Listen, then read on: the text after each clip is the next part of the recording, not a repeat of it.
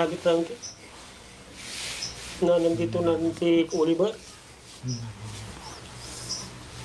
Nung numunta ka mano, nakurami niya. Ngabisanda ka man dito ka mo bali wala. Dito ka lang, Kuya JJ. Kung noon po binaliwala namin siya, ngayon hindi na po. Kapatid namin siya, hindi namin siya pwede baliwala niya. Hindi namin siya pwede itapon. Ngayon na po namin na-realize ang hirap po pagkapatid mo. Doon po nakikita namin siya ganyan. Nandun po yung pagka-aburido. Pero ngayon po namin na-realize kapatid po namin siya. Hindi po namin siya pwedeng itapon. Good evening mga idol. Welcome back to YouTube channel, no? Kaya ngayon mga idol, mayroon tayong pag-usapan, no? Ito si Kuya Oliver mga idol. Sa ngayon, pinag-usapan nila kung saan mag-stay Kuya JJ at ni yung kapatid ng babae, no? Ngayon mga idol, real talkan tayo dito, real talkan tayo, no? No. Ate Ansing, pasensya ka na kung medyo napuro ka, no? Napuro ka bas, no? Pero ito, hindi natin pwedeng ibas natin si Ate Ansing, no? Kasi tao lang tayo. Sa bilang isang reactioner, magbigay ng reaksyon sa video ni Kuya Oliver at ni Daddy Frankie. No, ngayon mga idol, ito lang yung masasabi ko.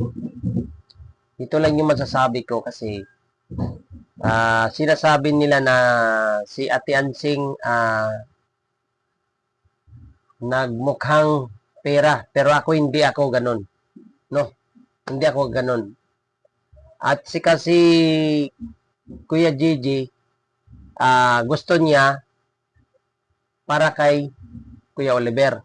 Ngayon mga idol, ito yung masasabi ko sa inyo na kung ano man ang nasabi nyo kay ate, no, hindi na ako magsalita about doon kasi nakikita ko doon sa mga comment doon kay sa video ni Daddy Frankie na puro na tuloy yung binabas tuloy yung kapatid ng babae. Wag naman ganun kasi tao lang tayo. Tao lang tayo magkamali. Kaya ngayon mga idol, ito yung masasabi ko na para sa akin lang, no? Na ito si Kuya Oliver dapat doon yan kay Daddy Frankie. Hindi pwede kasi marami pa siyang asikasuhin, marami pa siyang gamutin na every month babalik doon sa bahay paggamutan. Kailangan talaga ito si Kuya Oliver doon to titira kay Daddy Frankie kasi may shelter naman sila eh. Kaya yun na lang ang gagawin natin. Hindi na tayo mag-comment tong kay ate kung anong dapat natin sasabihin. Wag na. Ito ngayon mga idol, ito na yung masasabi ko sa inyo. Na si Daddy Frankie at si Kuya Oliver at si Kuya Gigi, sila ang masunod kung saan si Kuya Oliver. No? Kasi ang sabi ni Kuya Oliver, doon daw siya sa malaking bahay. Ang ibig sabihin doon sa shelter. Kasi maalagaan siya. Unang-una, ate, makinig ka lang. Ito, hindi naman to sa'yo. Ang sabi ko lang sa'yo na ito si Kuya Oliver, doon na lang kay Daddy Frankie para maalagaan ng maayos. Kasi ito si Kuya Oliver, marami pang pwede asikasuhin sa katawan niya para bumalik talaga siya sa normal. Kasi itong paglabas sa ospital ni Kuya Oliver, pangsamantala lang 'yan. Kasi ang ginamot doon yung ano lang, yung infeksyon, no? Nung pantalon niya, ilang taon niya sinuot, yung may mga dumi na, kaya naluto yung masilang bagay, no? Naga-impeksyon. Tapos, kailangan natin ipalakad-lakarin, alalayan natin si Kuya Oliver na maglalakad. Kaya kailangan talaga, si Kuya Oliver, doon talaga to sa shelter. Kasi maalalayan to ni Bantam. Maglalakad. Kaya ngayon mga idol, ito lang yung masasabi ko na huwag na tayong magbas. Kung anong nakikita natin doon kay ate, huwag na lang nating ibas. No? Kasi may puso din yan, tao din yan. Huwag na nating ibas. Huwag na lang kayong mag-comment ng hindi maganda kasi nasasaktan yung tao. Siyempre nakikita yung mga video, binabasa yung mga comment nyo. Kaya kung anong dapat sabihin nyo kay huwag na lang doon. Huwag na lang kayo magsalita doon kay ate. No? Kasi nakikita ko naman talaga. Naiyak nga ako kasi unang-una, nakikita ko yung pagbabago ni Kuya Oliver. Makausap na siya ng maayos. Oo. Birain mo, 20 years na nandun sa kubo. Hindi na natin sabihin na nakulong. Kasi pati ako nasaktan eh. Doon na lang tayo sa kubo. Kasi masakit isipin. Masakit isipin kahit hindi natin kamag-anak yan si Kuya Oliver, pero masakit. Alam nyo kung bakit? Na nakarelate ako sa kalagayan ni Kuya Oliver kasi taon din akong mahirap. Kaya naintindihan ko.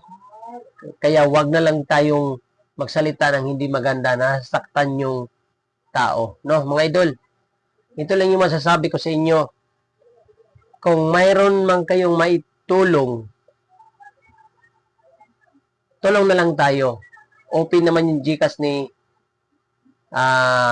Daddy Frankie, no, mga idol. Kaya ito, magandang layunin to, mga idol. Paki-share na lang, idol, kung napanood mo itong aking video, mga idol. Paki-share na lang nito, mga idol, para marami pang nakakaalam na mayroon tayong vlogger na tumutulong sa mga mahirap. Yan si Daddy Frankie. Yan, yun yung YouTube channel niya, mga idol. Pati yung kanyang Facebook page. Ayan. Kaya huwag kayong magpabudol, mga idol. Maraming mga gumagaya ngayon sa account ni Daddy Frankie. Dahil sa nagbigay nga siya ng mga tulong sa mga mahirap. Pero marami ding vlogger na pinagsamantala yung tulong. Naggawa sila ng account kasi nangingi sila ng tulong. Pa-sponsor kasi mayroon na silang tutulungan, pero kaso lang yung pera hindi naman mapunta doon sa mga taong nangangailangan, pumunta doon sa kanila. Kaya mag-ingat din kayo sa mga mga idol, sa mga scammer. Si Daddy Frankie, mga idol, hindi yan nagmi-message sa inyo na manghingi ng tulong. Hindi yan nagmi-message sa inyo. Oo, totoo yan. Kasi mayroon naman silang GCash. Mag-PM na lang kayo doon na mayroon kaming ibibigay. Pero hindi yan nanghihingi. Ayan. Kaya yung page siguro niya, mga idol, nakalimutan ko. Ano ba yun? Daddy Frankie Official. Ayan. Yun ang niya, yung page niya. Kasi kung dito kayo sa mga idol, pwede naman kasi kung mayroon kayong ibigay ni Daddy Frankie, doon sa comment section, hingiin nyo lang yung GCash number. Pero si Daddy Frankie, hindi yan nangihingi. Kahit singkunduling, hindi yan nangihingi sa inyo. Hindi yan nangihingi ng tulong para mayroon siyang ibigay doon sa mga beneficiary niya. Hindi yan. Kaya wag kayong magpaluko, wag kayong magpabudol. Kung mayroon nga si Daddy Frankie na nakalagay doon Daddy Frankie tapos nangingi sa inyo ng tulong, huwag kayo kasi scammer yan. Ganun yan mga idol. Kaya suportahan natin yung ating kababayan na namimigay ng tulong. Kaya maraming salamat idol. Ito lang yung masasabi ko sa inyo. No. Maraming salamat sa pagpanood nyo sa aking video. Basta wag nyo kalimutan mag-subscribe, mag-like, mag-share, mag-comment para update ka sa sunod kong reaction video.